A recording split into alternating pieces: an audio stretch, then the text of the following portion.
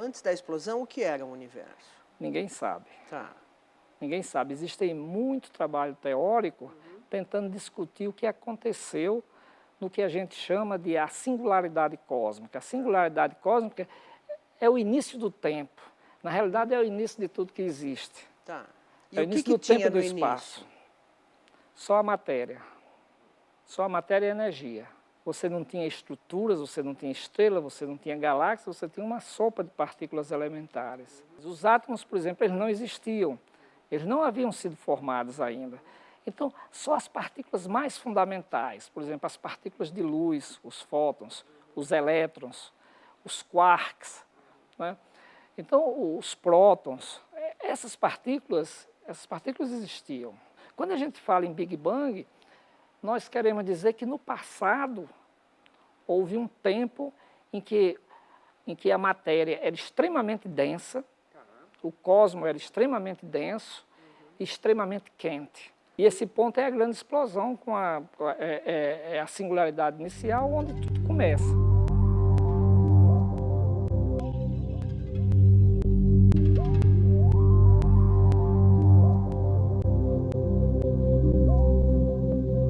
O que a simulação mostra é o seguinte: você tem o Big Bang, e o universo começa a expandir desaceleradamente e, num dado momento, ele começa a acelerar. Pronto. Né? Que é o momento que nós estamos hoje. E essa, digamos assim, é a visão corrente do acelerar, porém, a 71 km por segundo por megaparsec. Exatamente. Devagar. É uma aceleração que a gente não vai perceber com essa velocidade, certamente. Quer dizer, o universo nasceu de uma singularidade, expandiu, começou a expandir, e quando a temperatura baixou o suficiente, ocorreu o que a gente chama de uma transição de fase. E nessa transição de fase, a energia do universo passa a ser dominada basicamente pela energia do vácuo, de um campo quântico. E o que acontece? Essa energia do vácuo, ela permanece constante.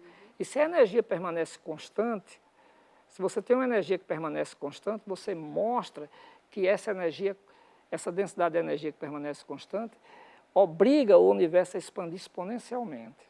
Então, isso aqui é a inflação. A inflação é uma parte do que a gente chama o modelo padrão do Big Bang.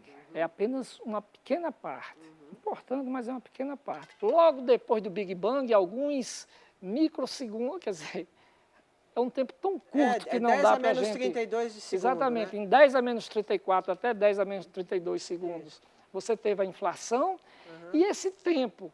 Isso aqui é uma fase importante na história cósmica, porque é aqui que acontece a nucleossíntese, da qual a gente sabe que o universo tem 4% de matéria bariônica. Perfeitamente. Pois bem, esse período aqui dura cerca de 400 mil anos, 380 mil, 400 mil anos. E aqui é a última superfície de espalhamento. Que é justamente quando esses formam fótons que chegam agora... Exatamente, quando eles desacoplam. A gente chama também de ou última superfície de espalhamento ou era do desacoplamento. Desacoplamento de quê? Da matéria e da radiação. E da luz, quer dizer...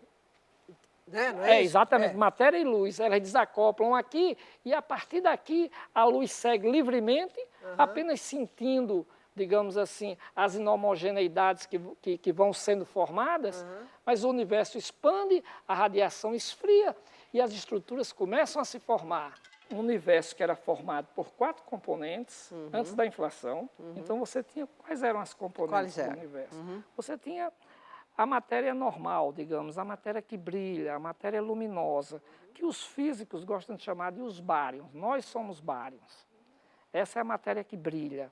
Então você tinha um universo de 4 tipos de matéria distintos. Essa matéria bariônica, os átomos, a matéria bariônica, você tinha a radiação cósmica de fundo, você tinha os neutrinos e você tinha um tipo de matéria que era chamada matéria escura. Tá bom. E a ideia é que esse universo, que se tinha, era que esse universo expandia e expandia desaceleradamente. Isto aqui é o que nós vemos as flutuações, até hoje. O que a gente está vendo é o isso. último retrato, Exatamente. o último retrato do universo, que a gente tem do universo jovem, quer dizer, é como se fosse assim, a primeira foto de sua infância. Isso aí. Essa aqui, você vai no seu retrato. É aquela mais antiga de todas. E a mais antiga de todas essa é a última imagem. Tá bom. Por que tem uma região aqui que tem uma diferença aqui, né? Porque é o seguinte... É simples de entender isso. É porque, veja bem, é a questão da formação das primeiras estrelas. Tá bom. Tá? Aqui você começa a formar o hidrogênio, mas você tem que formar estruturas mais complexas. Tá. O que é que vai acontecer? A matéria escura, ela não interagia com a radiação. Isso. Então, ela pode se aglomerar antes. Na realidade, ela se aglomera um pouquinho nessa fase anterior, porque a matéria escura ela é muito orgulhosa, ela não quer contato com ninguém. Ela não quer saber, Ela não interage com ninguém. Como ela não interagia com ninguém, ela começou a se aglomerar antes. Tá. E aí, quando a matéria bariônica se vê livre da radiação, ela encontra o quê? A matéria escura. A matéria escura que já está aglomerada. Então, a gravidade da matéria escura puxa os bárions tá. para dentro dela. E é aí que vão acender as primeiras estrelas. Mas demora esse tempo. E aí demora um tempo. Não, um tempo grande, né? Uns 500 milhões de anos. Exatamente, que é o chamado tempo de incubação das primeiras...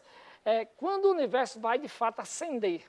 Tá. Quando vai acender as primeiras estrelas. Quando vai ficar luminoso aqui. Exatamente. E aí, aqui que nós vamos começar a ser feitos dentro das estrelas os elementos químicos. Os elementos pesados, né? Porque a nucleossíntese cosmológica que aconteceu bem aqui, ela só explica os elementos leves. Tá certo. Por exemplo, a formação de núcleos de hélio, a formação de núcleos de deutério, até o lítio. No máximo até o lítio. Mas os núcleos... Porque a temperatura é tão alta aqui que você não consegue ter átomo. Tá. Então, você não tem um átomo de hélio. Não tem o elétron grudado ali em volta. Exatamente, não tem, porque a temperatura da radiação é tão alta que não deixa. Mas quando o universo esfria muito, é aqui você passa a formar tudo. Você passa a formar, porque agora os fótons não conseguem mais desligar os elétrons dos prótons. Tá. Então, aqui você começa a formar a matéria convencional, digamos assim. Tá legal. Quando você forma as primeiras estrelas, as estrelas mais massivas, que têm mais massa, elas evoluem muito rapidamente e elas explodem. Então, aquele material que ela, digamos, que ela criou no seu interior, ela joga no meio. Tá. E esse meio, e essas estrelas explodem e perturbam o meio, e você forma novas estrelas, e você forma as galáxias também, entendeu? Por atração. Então, você vai nesse processo de enriquecimento de estruturas, até que a vida pode se formar alguns bilhões de anos depois. A gente está aqui, professor. Exatamente. E o universo deve ter começado a acelerar na metade de sua idade. Mais ou menos por aí, né? Mais ou menos quando tinha uns 6 bilhões de anos. Eu não sei se isso aqui está em escala no tempo, mas quando ele tinha metade da idade, ele começa a acelerar. Tudo que se quer, tudo que um físico quer, um físico em qualquer área do conhecimento, o que você quer é atravessar um momento que as coisas não estejam bem estabelecidas. Para poder esse descobrir momento, coisas, exatamente. Né? E a cosmologia está vivendo hoje uma revolução científica. No início dos anos 80, você dizia, puxa, que coisa boa. Nós agora temos um modelo com 4 componentes. Que são, de novo, os 4 tipos de matéria ou de energia, não é isso? Exatamente. Tá, matéria luminosa, matéria bariônica luminosa, matéria escura, fótons e neutrinos. Neutrinos, certo? Tá bom. E a gente consegue explicar por que a radiação é tão isotrópica. Mas aí apareceu um outro problema, que é um problema recorrente na cosmologia, que vem desde a descoberta da expansão do universo, em 1929, que é o problema da idade do universo. Esse universo, de meados dos anos 80, tinha um problema grave. Por exemplo, a idade dele era muito pequena. Você calculava a idade e comparava com a idade das estruturas mais velhas observadas. Você dizia, olha, puxa, mas você tem um universo que a idade dele é menor do que o verificado. Do que a idade de estruturas que a gente observa aqui em nossa galáxia. Por exemplo, existe em astronomia o pessoal estuda muito isso, são os aglomerados globulares, que são conjuntos estelares que têm entre 100 mil e 1 milhão de estrelas. E eles são quimicamente homogêneos, se acredita que eles fazem parte da primeira população de objetos complexos formados no universo, entendeu? Então, esses objetos, eles têm cerca... As datações da época já indicavam que ele tinha cerca de 12 bilhões de anos, enquanto que a idade do universo era 9,5. Calculada de acordo com o modelo. De acordo com o modelo que era... Derivada desse modelo de quatro componentes. Que era o modelo padrão da época. Isso, tá ok. Então, o modelo padrão, ele dizia, olha, temos um modelo, o modelo vai bem. Tem uma base sólida, ele explica a expansão do universo, ele explica a quantidade, por exemplo, a abundância dos bárions, que através de um processo chamado nucleossíntese. Você mostra que existe, que no universo, mais ou menos 4% é formado por essa matéria que brilha. Professor, o que é última superfície de espalhamento? É uma região em torno de nós, no passado, muito distante, onde a radiação teve contato com a matéria. Tá. Onde a radiação e a matéria estavam trocando energia o tempo todo. O fato disso não ser transparente, não era transparente para a luz, porque a luz interagia com essas partículas. Suponha que a temperatura dessa radiação era tão alta nessa época, que quando um elétron se juntava com um próton e tentava formar um átomo de hidrogênio, vinha um fóton e batia no elétron, e o elétron saía de perto do próton. Então, o hidrogênio não conseguia se formar. Agora, quando a temperatura começou a baixar, chegou uma época tal que um fóton típico dessa radiação já não tinha energia suficiente para afastar o elétron. É aí que o hidrogênio se forma. E é aí que fica transparente para o fóton. Exatamente. Quer dizer, porque ele não é nem absorvido, nem reemitido. Porque na medida que o elétron agora está, digamos assim, preso pelo próton, formando o hidrogênio, o fóton ele pode se deslocar mais livremente. Exatamente. Ele passa direto. Ele passa direto. Então, quando forma o hidrogênio, a gente diz que o universo ficou transparente. Essas flutuações aqui, para você entender, é da ordem de microkelvin. É muito pequena. É muito pequena, é de uma parte em 10 a sexta. Então, essa grande diferença que tem entre o azul muito mais escuro e um vermelho muito vermelho é magnificado por um tratamento da imagem, tá certo? Exatamente, mas essas flutuações, isso aqui são regiões mais quentes e mais frias, entendeu? Mas essa diferença, você diz mais quente e mais fria, mas muito... De quanto? De quanto? De microkelvin. Tá, muito de microkelvin, ou seja, de uma parte em 1 milhão. Que isso aqui é o céu, quer dizer, como é que é produzida essa imagem? Isso é o céu em micro-ondas. Isso. Essa radiação estava em contato com essa matéria. E ela sentia, então, as perturbações da matéria. Então, os fótons da radiação cósmica estavam se chocando com os elétrons e trocando energia com os elétrons. Então, isso provocava variações de temperatura. Essas variações de temperatura, à medida que essa radiação, que o universo ficou transparente, e aí os átomos passaram a poder serem formados, e a matéria começou a se aglomerar, porque existia matéria escura, então essa matéria luminosa, essa matéria bariana começou a cair nesses poços da matéria escura, a radiação começou, o universo ficou transparente para a radiação, e a radiação, o universo continuou expandindo e a radiação esfriando. Simplesmente esfriando. Esfriando porque ela estava ocupando cada vez mais espaço. Exatamente. Então, o comprimento de onda está aumentando cada vez mais. O universo ficando frio, as estruturas se formando, e hoje a gente recebe essa radiação. Isso aqui é hoje. Exatamente. Praticamente intocada. Como ela era, não, isso aqui é como ela era lá na última superfície de espalhamento. Então a gente explica a existência dos bárions, a gente explica a expansão, nós entendemos razoavelmente a formação de estruturas, né? Mas, apesar de ter essas pilastras, quer dizer, você formava os aglomerados de galáxias, como eles se formam, a gente tem uma ideia, a radiação de fundo também era uma outra pilastra. Está explicada, você observa, tem um espectro que tinha sido proposto, um espectro de corpo negro, etc. Então, estava muito bom, mas aí apareceu o problema da idade. Quando descobriram a expansão do universo, aí Einstein falou, puxa, o universo está expandindo.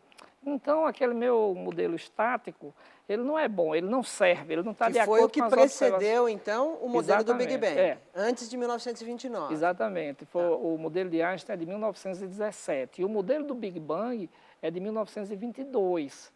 E a expansão foi descoberta em 29. Que corroborou o modelo do Big Bang. Mas aí aconteceu o seguinte, Hubble e o pessoal calcularam a idade do universo. Porque, digamos assim, as observações de Hubble davam para você estimar uma idade para o universo. E a idade do universo dava menor do que a idade da Terra.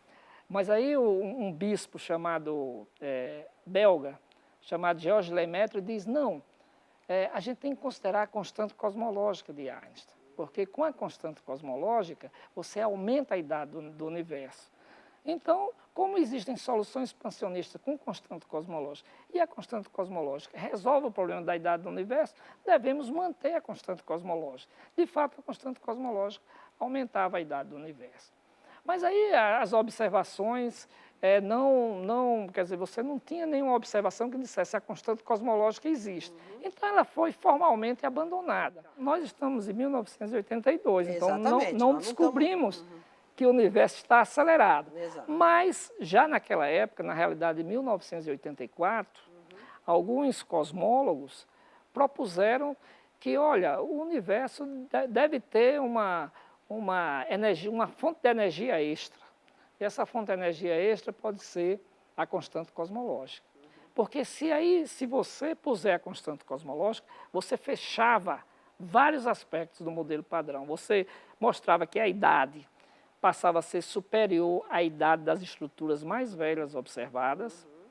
Você tinha um problema que era o seguinte, a inflação, ela diz, olha, a contribuição total de todas as componentes deve ser tal que o universo é plano.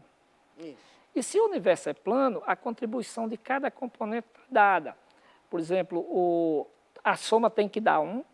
Se você definir... As componentes são, de novo, matéria bariônica, radiação, matéria escura e neutrinos. Neutrinos. Na época, a soma dessas...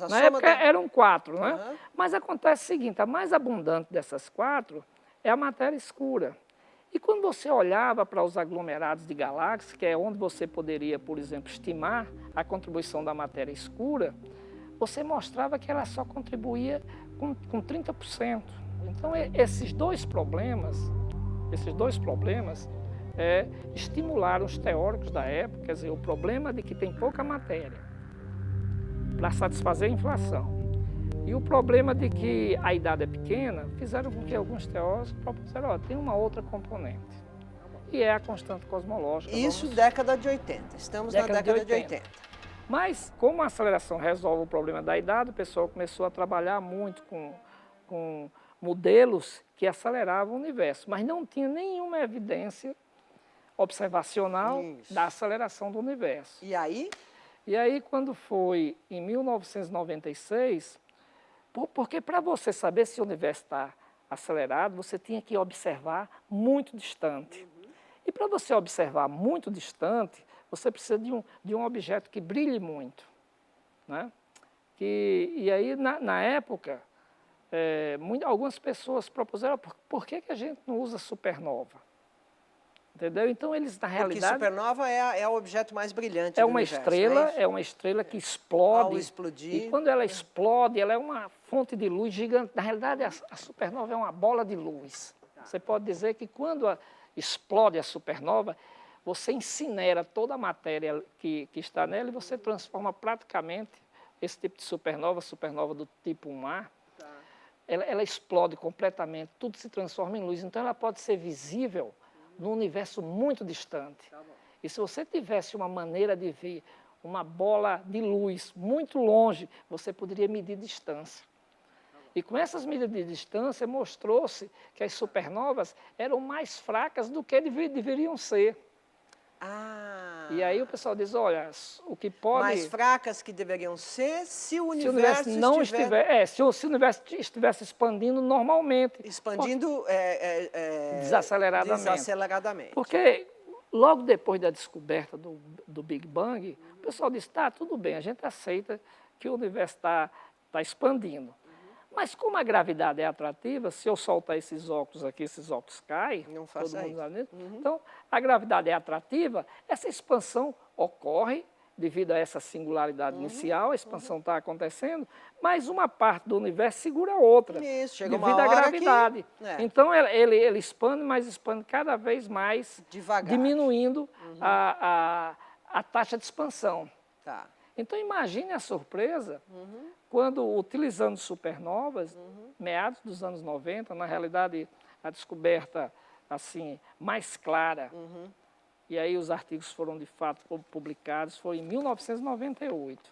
Então, em 1998, descobriu-se que o universo estava expandindo, aceleradamente.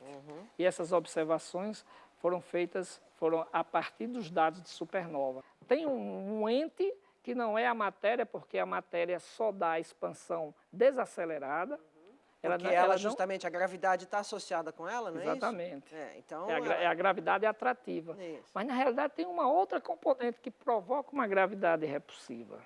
Né? E essa componente já tinha um candidato na época, que era a constante cosmológica. Porque a constante cosmológica é interessante, que a constante cosmológica ela foi proposta por Einstein em 1917 para formular um universo estático.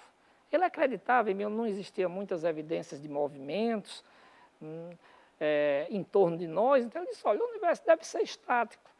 Mas se eu tiver só matéria, e sendo estático, começando estática, ela colapsa. Então, para evitar o colapso, eu vou pôr uma força repulsiva. Foi aí que E aí a constante cosmológica segura esse colapso. Mas olha, se ela consegue segurar o colapso, é porque ela dá uma força repulsiva. Agora imagine se o universo já está expandindo, então ela acelera. Essa mesma força repulsiva acelera. Tá. Mas para o Einstein, então, a constante cosmológica era a solução para a ideia dele de que o universo estava estático. Mas com a descoberta da expansão, ele diz, olha, esqueçam a constante cosmológica. Tá. Foi aí que o bispo belga... O bispo belga disse, não, a gente não deve esquecer a constante cosmológica, porque aumenta a idade do universo. Quando foi em 64, 65, se descobriu uma das previsões do Big Bang, que era a existência da radiação cósmica de fundo. E isso começou a dar mais confiança aos cosmólogos. Está aqui a radiação cósmica de fundo.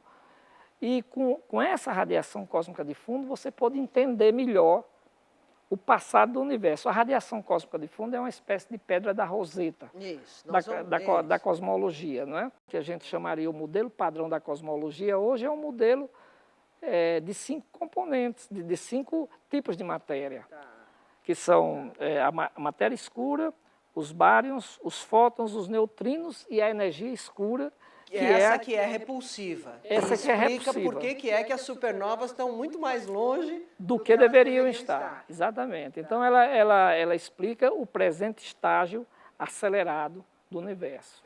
A cosmologia, ou a astronomia de uma maneira geral, é uma área da física que a gente pode ver, mas não pode pegar. Tá bom. Toda a informação que você tem do universo vem através da luz.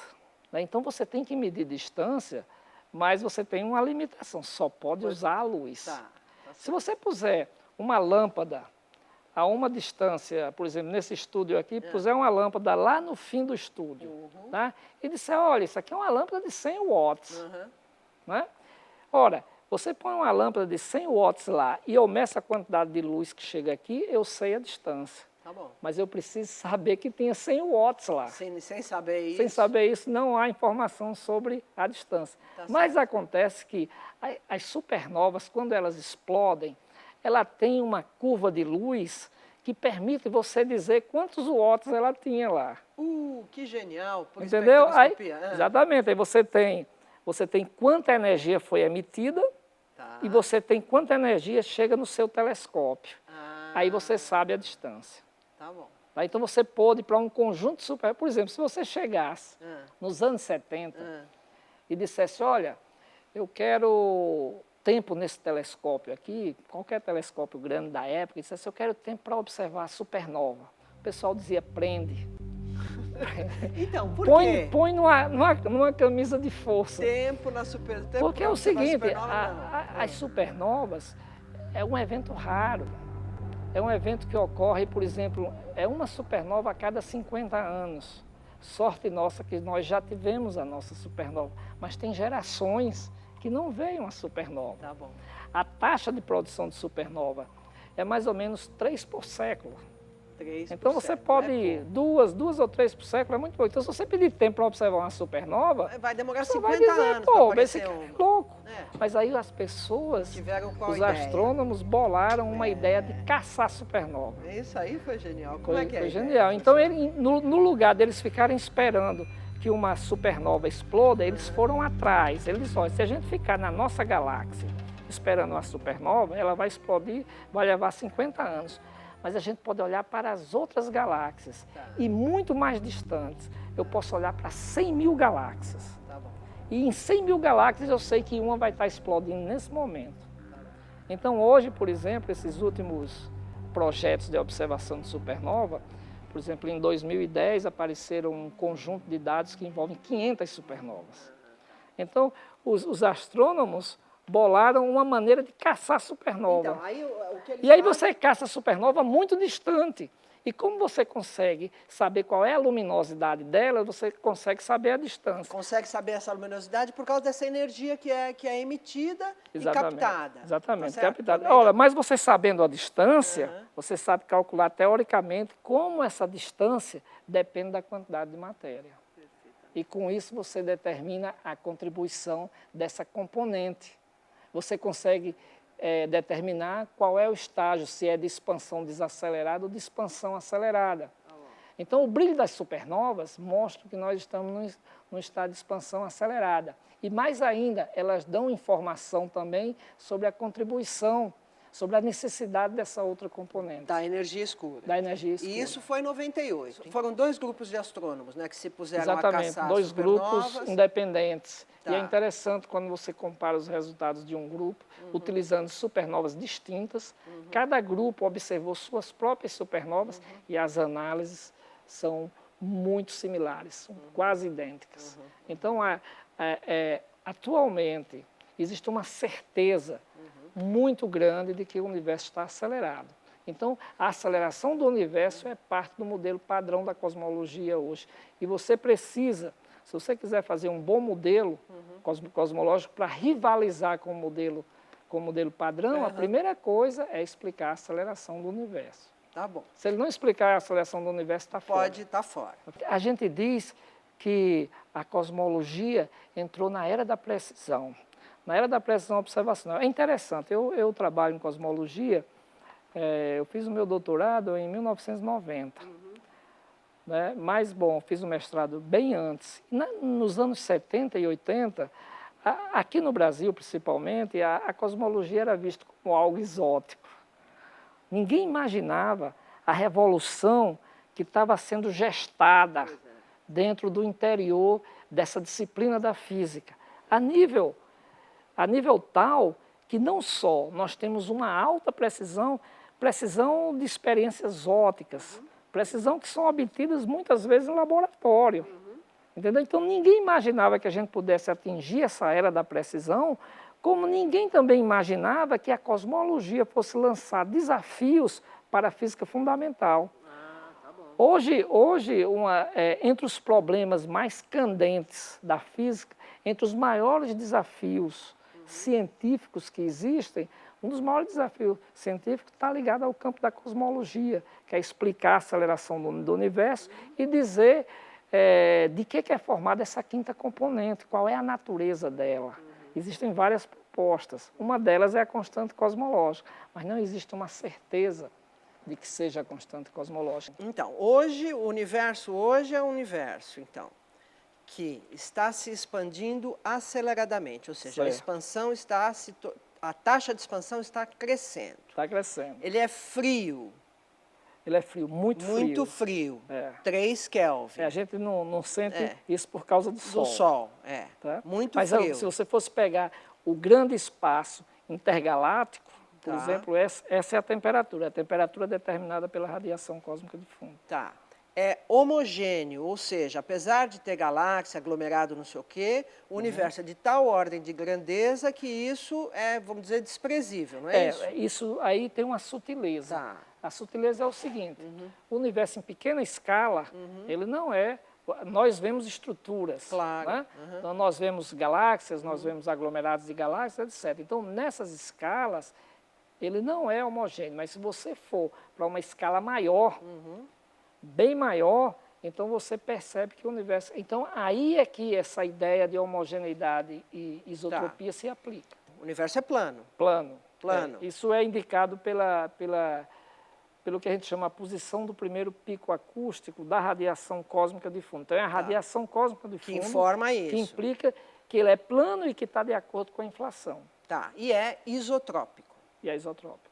São essas 5 características do universo. Dizer que ele é plano é dizer que o espaço é euclidiano. Contou-me a revista Science, em nome do satélite WMAP, que a taxa de expansão do universo é 71 quilômetros por segundo por megaparsec. Isso é pouco ou é muito? Isso é pouco. É pouco. Significa o seguinte, para o universo dobrar de volume, você vai ter que esperar 15 bilhões de anos. Essa é a atual taxa de expansão. Então, o universo hoje, mesmo estando com a expansão acelerada, ele expande muito lentamente.